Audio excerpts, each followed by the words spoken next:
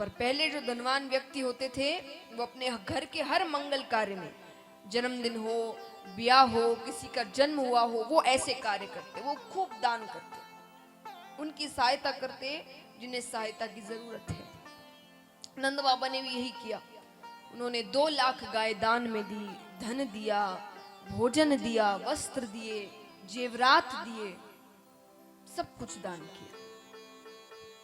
तो महाराज इस प्रकार अब यहां पर वसुदेव जी उस कन्या को लेकर मथुरा पहुंचते हैं।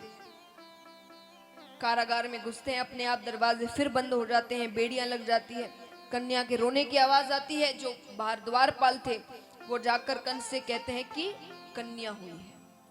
एक बार तो कंस ने सोचा कन्या मेरा क्या बिगाड़ लेगी,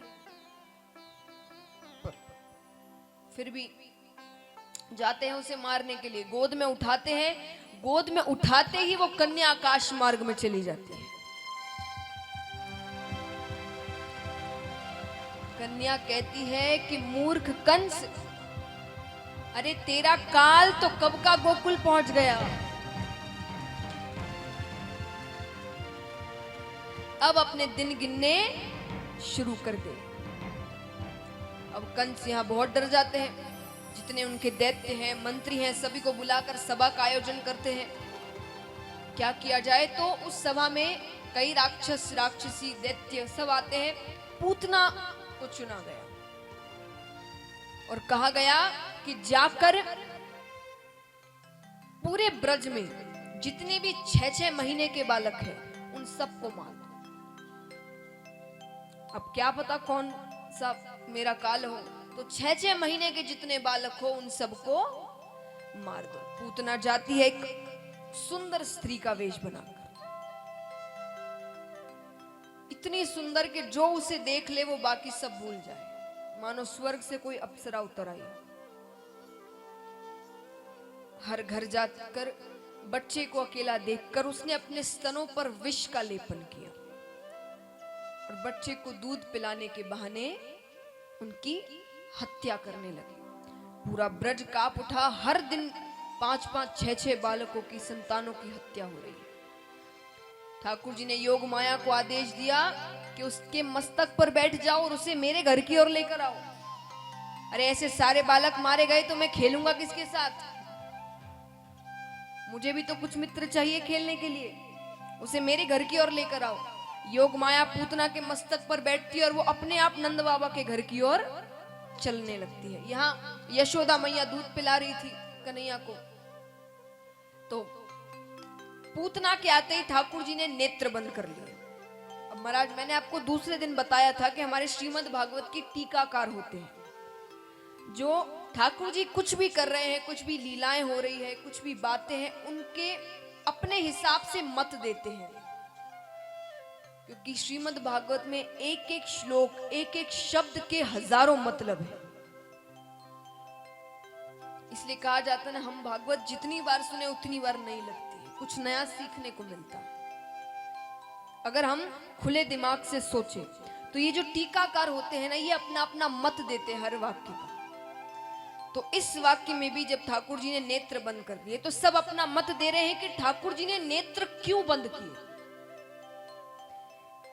एक कहते हैं कि ठाकुर जी ने विचार किया कि पूतना तो बहुत पापी है, तो मैं अपनी कृपा दृष्टि इस पर क्यों डालूं, तो ठाकुर जी ने नेत्र बंद कर दिया।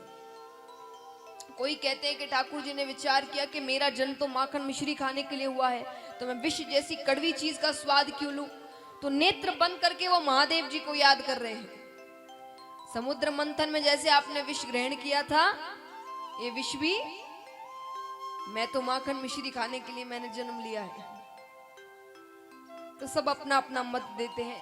अब यशोदा मैया ने विचार किया कि ठाकुर जी को नींद आ गई है, तो पालने में सुलाकर वो अन्य कार्यों में लग गई। क्योंकि घर के कार्य तभी होते हैं जब बालक सो रहा हो, छोटा बालक हो घर में अगर, तो यशोदा मैया घर के कार्यों में लग जाती है। यहाँ पूतना आकर ठाकुर जी को गोद में उठाकर वन की ओर जाती है। वन की ओर जाकर ठाकुर जी को दूध पिलाने लगती है। दूध पीते पीते पीते ठाकुर जी पूतना के प्राण ही पीने लगते हैं। अब वो जोर से तड़प रही है, चिल्ला रही है, लाला मोहित छोड़, लाला मोहित छोड़। लाला कहता है ऐसे तो मैं किसी को पकड़ता नहीं, और पकड़ लूं तो फिर उसे कभी छोड़ता नहीं। और महाराज अब जब भयंकर पीड़ा हो रही है तो अपना असली रूप सामने आ जाता है पूतना का, विशाल शरीर। और जब ठाकुर जी पूरी तरीके से प्राण पी लेते हैं, वो विशाल शरीर धरती पर गिरता है, भयंकर आवाज होती है। आवाज सुनकर ब्रजवासी डर जाते हैं। यहाँ यशोदा मैया पहले पालने की ओर आती है, पालना खाली, बेसुध दौड़ती है वन की ओर। सब जा रहे हैं वन में। सामने जाकर देखा कि पूतना का विशाल शरीर पड़ा है, उस पर छोटे से श्याम वरण ठाकुर जी बैठे हुए। बोलिए बाल कृष्ण कन्हैया लाल की। देखिए महाराज, मैं एक बात जरूर कहूंगी आज आपसे, आज केवल कथा सुनना नहीं, जो बातें हो रही है ना उनके दृश्य अपनी आंखों के सामने लेकर आए। कैसे लग रहे हैं छोटे से ठाकुर जी जब वो लीलाएं करते हैं। जब मैं आपको बता रही हूं कि वो भाग रहे हैं तो कैसे एक छोटा सा सुंदर सा बालक भाग रहा हो, माता पीछे पीछे दौड़ रही है, माखन चुरा रहे। ये सारे दृश्य अपनी आंखों के सामने लेकर आइए, आपको सबसे ज्यादा आनंद तभी आएगा। अब महाराज एक बात बताइए, कोई भी माता अगर अपने आंखों के सामने देख ले कि उसका छोटा सा कुछ महीने का बालक है, कुछ महीने का बालक एक विशाल कोई राक्षसी है, भयंकर, उसके ऊपर बैठा हुआ है, उस पर क्या बीतेगी उस माता पर। या मुझे ये बताइए कि वो माता वो देखते ही सबसे पहला कार्य क्या करेगी, बताइए। जो माताएं हैं यहां पर, बताइए क्या करेगी। तुरंत गोद में उठा लेगी, उसे गले से लगाएगी। पर यहां कुछ अलग ही हुआ। ठाकुर जी इतने सुंदर लग रहे हैं कि उन्हें गोद में उठाने की बजाय दूर से खड़ी होकर यशोदा मैया उन्हें निहार रही है। उनकी पलकें नहीं झपक रही, ठाकुर जी इतने सुंदर लग रहे हैं।